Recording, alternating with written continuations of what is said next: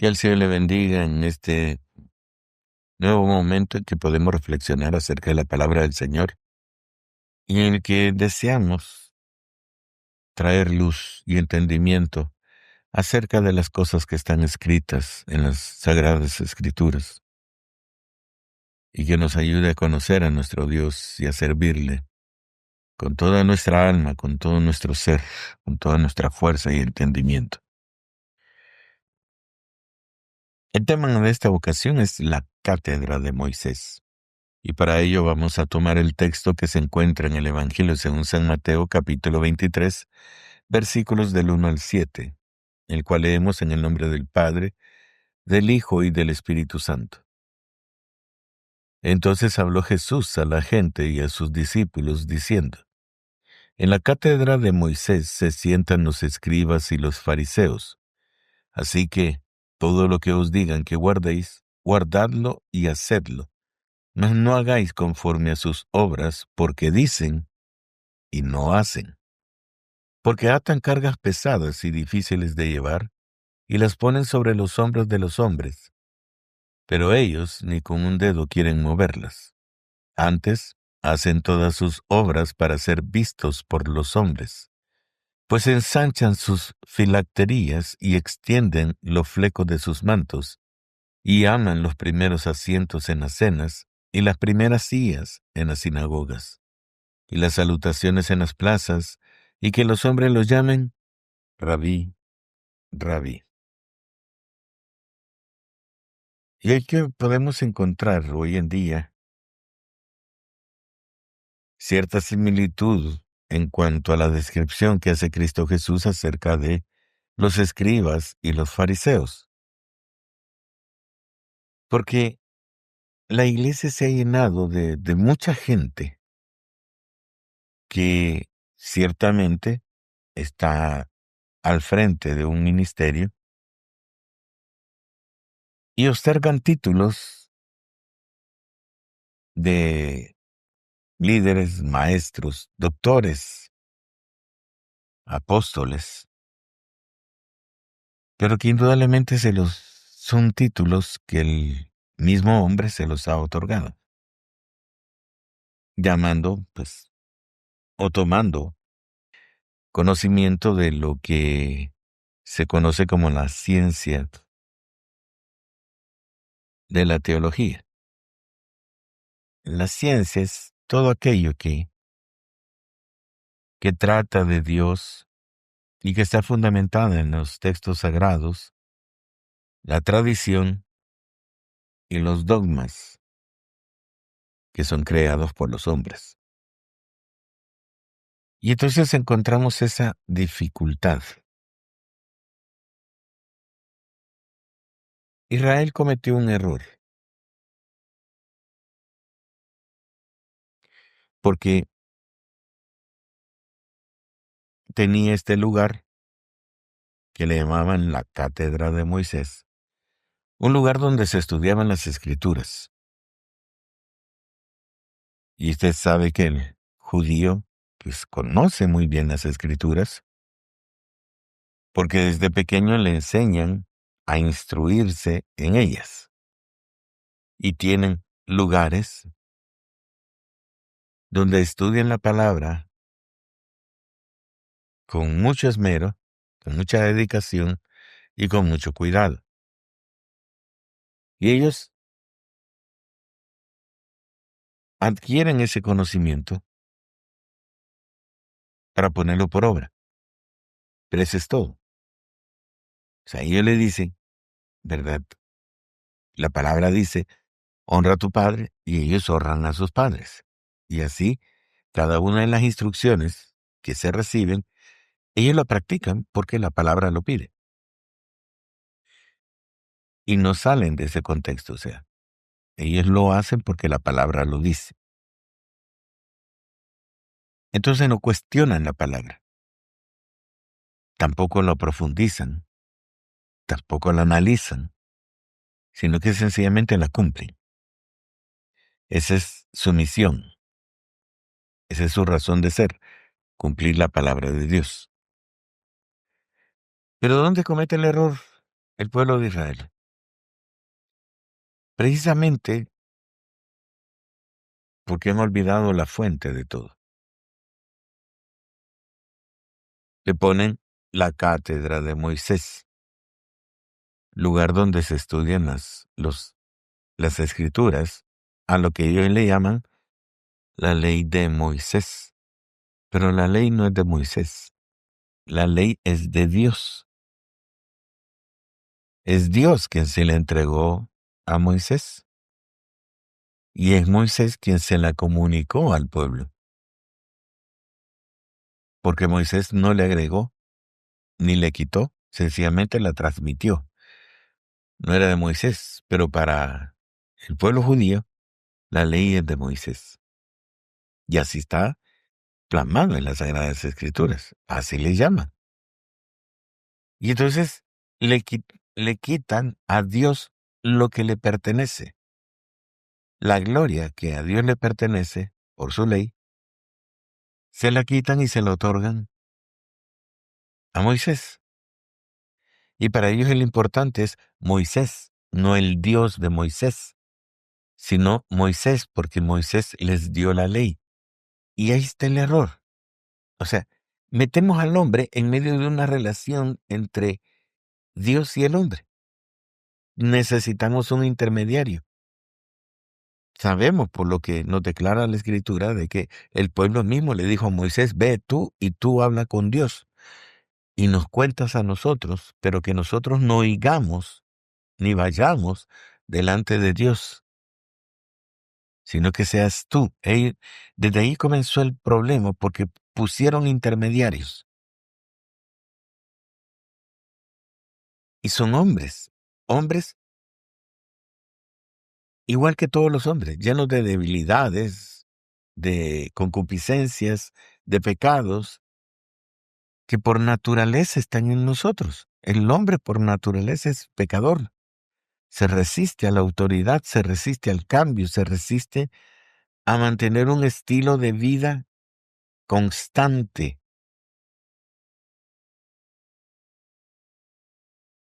Y en base a eso, o sea, como Dios no cambia, el hombre sí. Entonces es más fácil trabajar o estar bajo la autoridad de un hombre porque al hombre lo podemos moldear.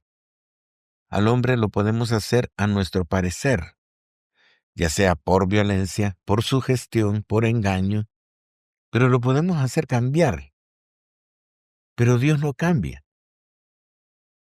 Y por esa razón el hombre no quiere tratar con Dios, porque con Dios solo existen dos alternativas, o que su sí sea sí, o que su no sea no. No hay puntos intermedios. Entonces, desde ese momento de que nosotros le quitamos a Dios su gloria, sus cosas, su ley, sus sagradas escrituras, y se las otorgamos a un hombre, desde ese momento nosotros estamos fallando, porque entonces ya no estamos adorando ni siguiendo a Dios, sino que estamos siguiendo el pensamiento de un hombre. Y por seguir el pensamiento de los hombres es que los hombres han buscado estar sobre los hombres. Y entonces se han puesto títulos.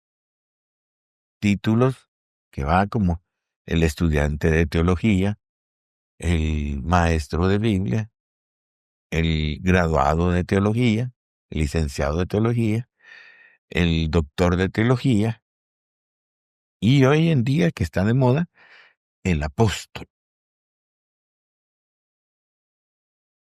Pero esos son títulos que le otorga el hombre al hombre. Pero delante de Dios no tienen ningún reconocimiento. Al contrario, Dios juzga, Dios sopesa. Y la Biblia me declara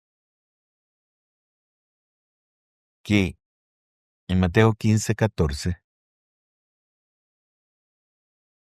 que estos, en este caso de la lectura que hemos llevado, los escribas y fariseos, dice Cristo Jesús, son ciegos guías de ciegos. Y si el ciego guiare al ciego, si el ciego guiare al ciego, ambos caerán en el hoyo. Eso es lo que dice Mateo 15:14.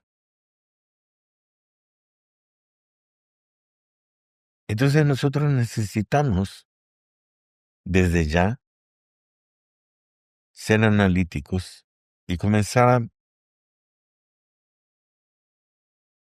a revisar, a inquirir quién es el que realmente me está guiando a mí, quién es el que me está llevando por su camino,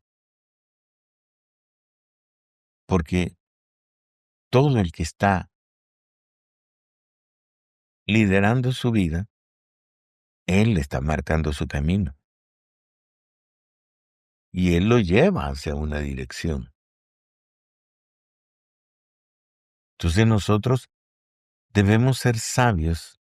Sí, es cierto, necesitamos tener gente que nos enseñe, gente que nos ayude a comprender las cosas de Dios y las del Espíritu. Pero mi vida debe estar en las manos de Dios, de Cristo Jesús. Y nosotros debemos seguir el camino que Cristo Jesús nos ha diseñado. Y Él es el que nos ha abierto la brecha para que nosotros sigamos ese camino. ¿A qué quiero llegar? O sea que es Dios quien le ha llamado, es Dios quien dio su vida para que usted alcanzase la salvación y obtuviese el perdón de los pecados anteriores. Pero una vez usted es limpio al aceptar a Cristo Jesús y entregarle su vida, Cristo Jesús lo limpia, pero de ahí comienza una nueva historia en su vida. Usted es una nueva criatura y entonces comienza una nueva vida. Pero si usted sigue viviendo conforme al hombre pasado, a lo que quedó atrás, entonces usted sigue escribiendo los mismos pecados en su nueva vida y vuelve a ser el mismo de ayer. En cambio, si es Cristo quien nos está guiando, nos está enseñando y nos ayuda a cumplir el llamado que Él nos ha hecho, entonces yo estoy siguiendo el camino de Él. Él es mi guía y Él me va a llevar, indudablemente, hasta la última milla que me lleva indudablemente al reino de los cielos. Pero debe ser Cristo. Entonces yo tengo que saber poner las cosas conforme al poder y autoridad que Dios les ha conferido. Entonces, yo tengo que ver a los líderes de la iglesia donde me congrego como instrumentos de Dios. No son dioses, tampoco son infalibles, son hombres, y como hombres tienen fallas. Entonces yo tengo que estar consciente de que no puedo atar mi vida a un hombre. Tengo que atar mi vida a Cristo Jesús y el Cristo Jesús glorificado. Y por eso dice la Escritura, puestos los ojos en Jesús, el autor y consumador de la fe. Entonces, mi vida debe estar enfocada en eso, en Cristo Jesús. Necesito la instrucción, está bien, recibamos la instrucción, pero la misma Biblia me advierte que yo debo examinarlo todo y retener lo bueno. Quiere decir que no todo lo que voy a recibir es bueno, sino que tengo que examinarlo. ¿A la luz de qué? A la luz de la palabra y de la guía del Espíritu Santo. Entonces necesito depender del Espíritu Santo, que es lo que me dejó Cristo Jesús, para guiarme a toda la verdad y para enseñarme las cosas que Cristo Jesús enseñó y para recordarme las palabras que Cristo Jesús me ha dado a mí. Entonces todo gira en Cristo Jesús. Por eso no podemos poner nuestra mirada en los hombres, ni dejarnos guiar por los hombres, sino que cada cosa tiene su lugar y su razón de ser.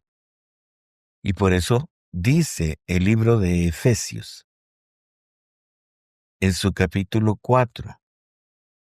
Es algo que en todo momento pues yo le estoy citando porque nos está hablando y nos declara la forma en cómo la iglesia está organizada para poder bendecir mi vida.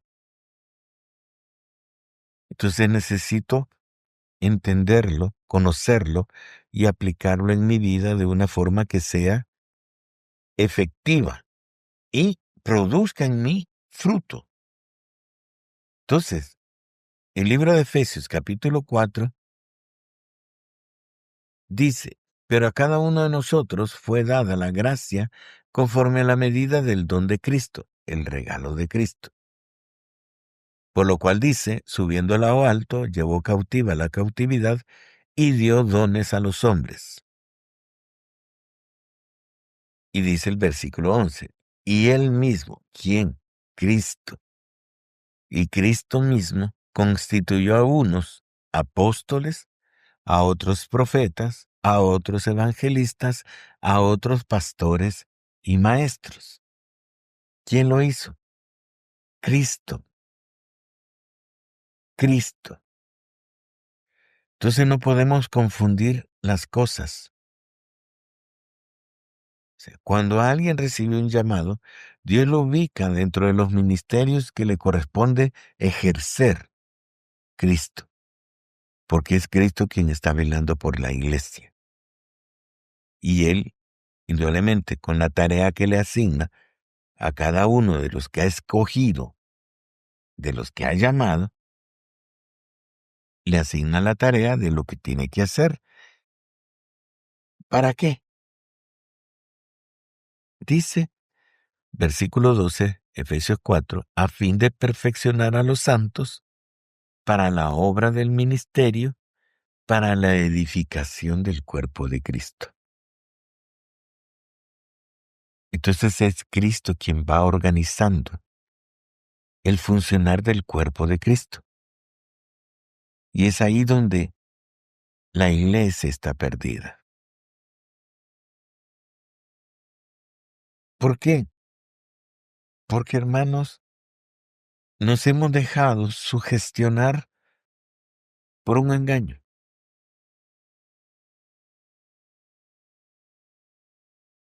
Los títulos, los diplomas, los nombramientos que el hombre da para el hombre, eso no surten efecto en el reino de los cielos. ¿Que está dentro de la misma iglesia? Sí, pero eso no surte efecto. Porque recuerde que Dios no hace acepción de personas. Para Él el apóstol está en el mismo rango que el pastor y el maestro, que el evangelista, que el profeta. Todos están al mismo nivel, no hay superiores ni inferiores. El hombre es el que jerarquiza, el hombre es el que quiere estar por encima de todo.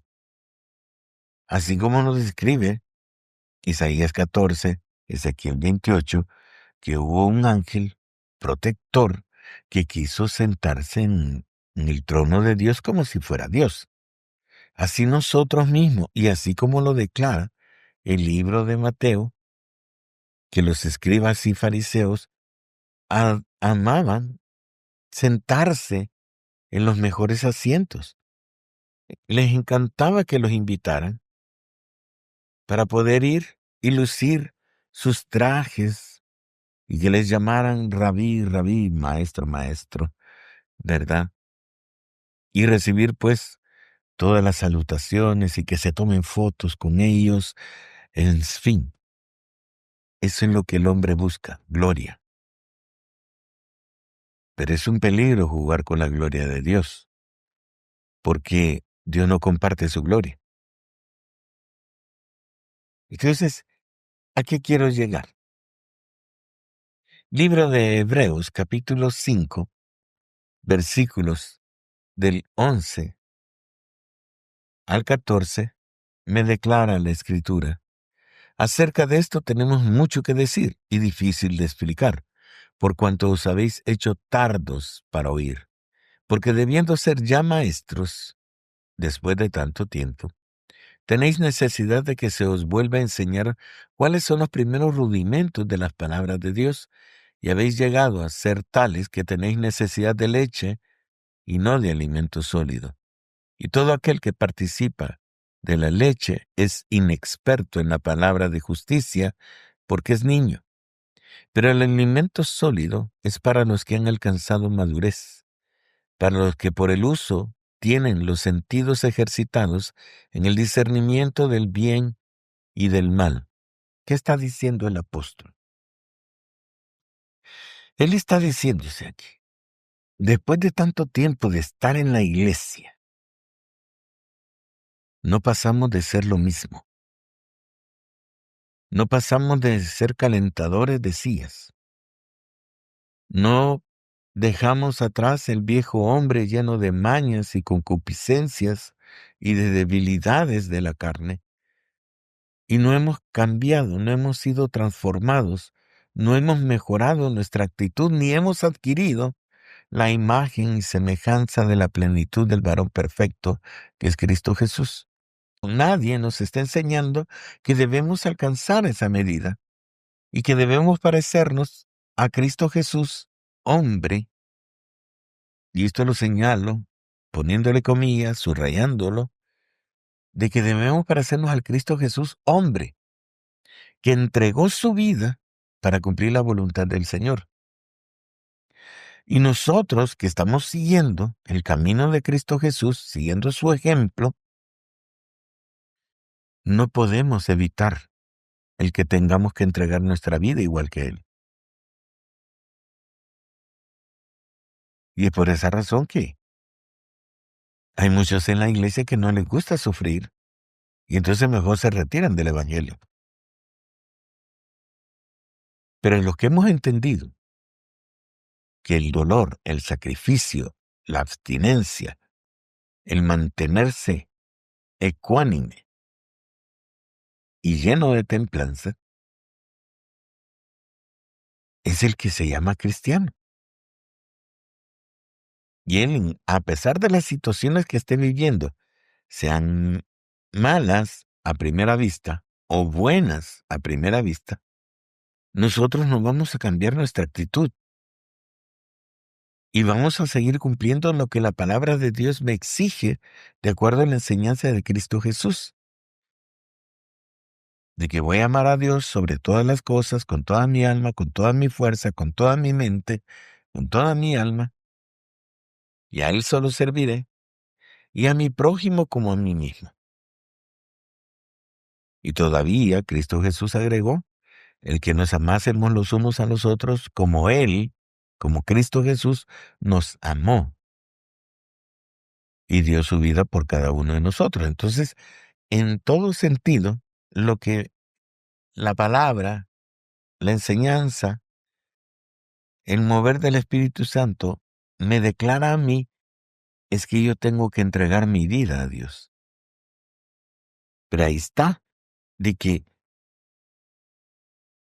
la iglesia no lo enseña, ni lo busca, ni está constantemente animando a los hermanos a que lo hagan, sino que se divaga en otras cosas. Se divaga en el pensar que solo congregarse es suficiente para ser salvo. Y esa es una gran mentira.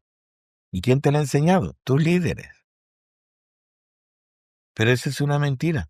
La palabra me dice que yo tengo que ser semejante a Cristo Jesús. Y que por lo tanto voy a tener que sufrir. Y voy a tener que demostrar primeramente a Dios que mi vida es como la de Cristo. Entonces tiene que haber sacrificio. El sacrificio significa dolor, momentos de tensión, momentos de prueba, momentos de angustia. Pero allí voy a permanecer con el mismo ímpetu, con el mismo deseo de agradar a Dios. Entonces, ¿qué deberíamos estar haciendo? Primeramente, aprendiendo bien lo que la palabra me dice. Y entonces necesito estudiar la palabra, analizarla, comprenderla, para poder ponerla por obra. Necesito conocer lo que Dios me está exigiendo, lo que Dios me está pidiendo. Y por eso dice en 2 Corintios capítulo 4, versículos del 15 al 18, porque todas estas cosas padecemos por amor a vosotros, para que abundando la gracia por medio de muchos, la acción de gracias sobreabunde para gloria de Dios. Por tanto, no desmayamos antes, aunque nuestro hombre exterior se va desgastando, el interior, no obstante, se renueva de día en día, porque esta leve tribulación momentánea produce en nosotros un cada vez más excelente y eterno peso de gloria. Entonces, la palabra es clara, hermano. Tiene que haber sufrimiento, tiene que haber prueba, tiene que haber tribulación, tiene que haber una, un examen, tanto de parte de Dios hacia el hombre, como del hombre hacia sí mismo, para conocer si realmente, como creyente en Cristo Jesús, estoy siguiendo el camino que Cristo Jesús me ha delimitado. Y es parecerme a Él en todo, hasta en su sacrificio, para poder participar de la resurrección. Y eso es lo que yo vengo a enfrentarte, a confrontarte, a poner esta semilla de inquietud en tu ser. ¿Qué tan grande es tu sacrificio para Cristo Jesús? ¿Qué tanto te has desprendido de tu hombre viejo para comenzar a vivir de acuerdo a la persona de Cristo Jesús en ti? Ya vives en el Espíritu, ya andas en el Espíritu, ya estás sirviendo con el poder del Espíritu Santo al Señor para demostrar que nuestro Dios vive y reina por los siglos de los siglos. Ya has puesto la palabra de Dios por obra en tu vida para que toda la gente se dé cuenta que en tu testimonio hay una verdad que no puede ser discutida, que solamente en Cristo somos más que vencedores. Porque hermanos, nosotros somos los que testificamos quién es nuestro Dios. Pero si yo no tengo frutos, yo no tengo obra, yo no tengo un testimonio puro, santo, agradable al Señor, entonces yo mismo me estoy mintiendo. Si todavía estoy levantando las botellas de cerveza, si todavía me estoy metiendo humo a los pulmones, o si soy consumidor de drogas, o si vivo libertinamente sin honrar a mi pareja, etcétera, etcétera, si ando de acuerdo a la concupiscencia del mundo. Entonces yo me estoy engañando, yo no soy cristiano, yo soy mundano. Entonces necesito cambiar mi mente. Por eso dice el libro de Romanos capítulo 12, que no nos conformemos a este siglo, a lo que el mundo nos da, sino que nos renovemos en nuestra mente para comprender que debo ser semejante a Cristo Jesús y que le debo servir sin tener interés en ello. O sea, que no es porque me vayan a pagar que yo voy a servir a Dios. ¿Por qué? Porque la palabra es clara. La palabra habla del siervo asalariado y del que no es asalariado. El asalariado dice ve venir el lobo y se va huyendo y deja las ovejas. Porque no le importa, porque no son de él. A él lo que le importa es su salario. Pero al que no es asalariado, sí le importa. Aunque no sean de él, sí le importa las ovejas y las cuida y arriesga su vida, entrega su vida con tal de que las ovejas no le pasen nada. Y esa es la clase de cristiano, de siervo, que Dios anda buscando en cada uno. Alguien que le sirva con corazón, no por interés, que le sirva por el sencillo hecho de que lo ama y está agradecido con él, y no porque cada mes va a recibir un cheque. Hermano, que la cátedra de Moisés, ese lugar donde se estudia la palabra de Dios, pueda existir en su casa, y que usted mismo tenga su cátedra de Moisés, que periódicamente, rutinariamente, se aboque a estudiar las Escrituras y a comprender lo que Dios demanda de cada uno de nosotros. Yo le animo a que comience a vivir una vida de cristiano verdadero. Un cristiano lleno del Espíritu Santo, lleno del poder de Dios y de la unción del Dios Todopoderoso para poder servirle con todas nuestras fuerzas, con toda nuestra alma, con todo nuestro ser, con toda nuestra mente, y solo a Él servir. Que el Señor le bendiga.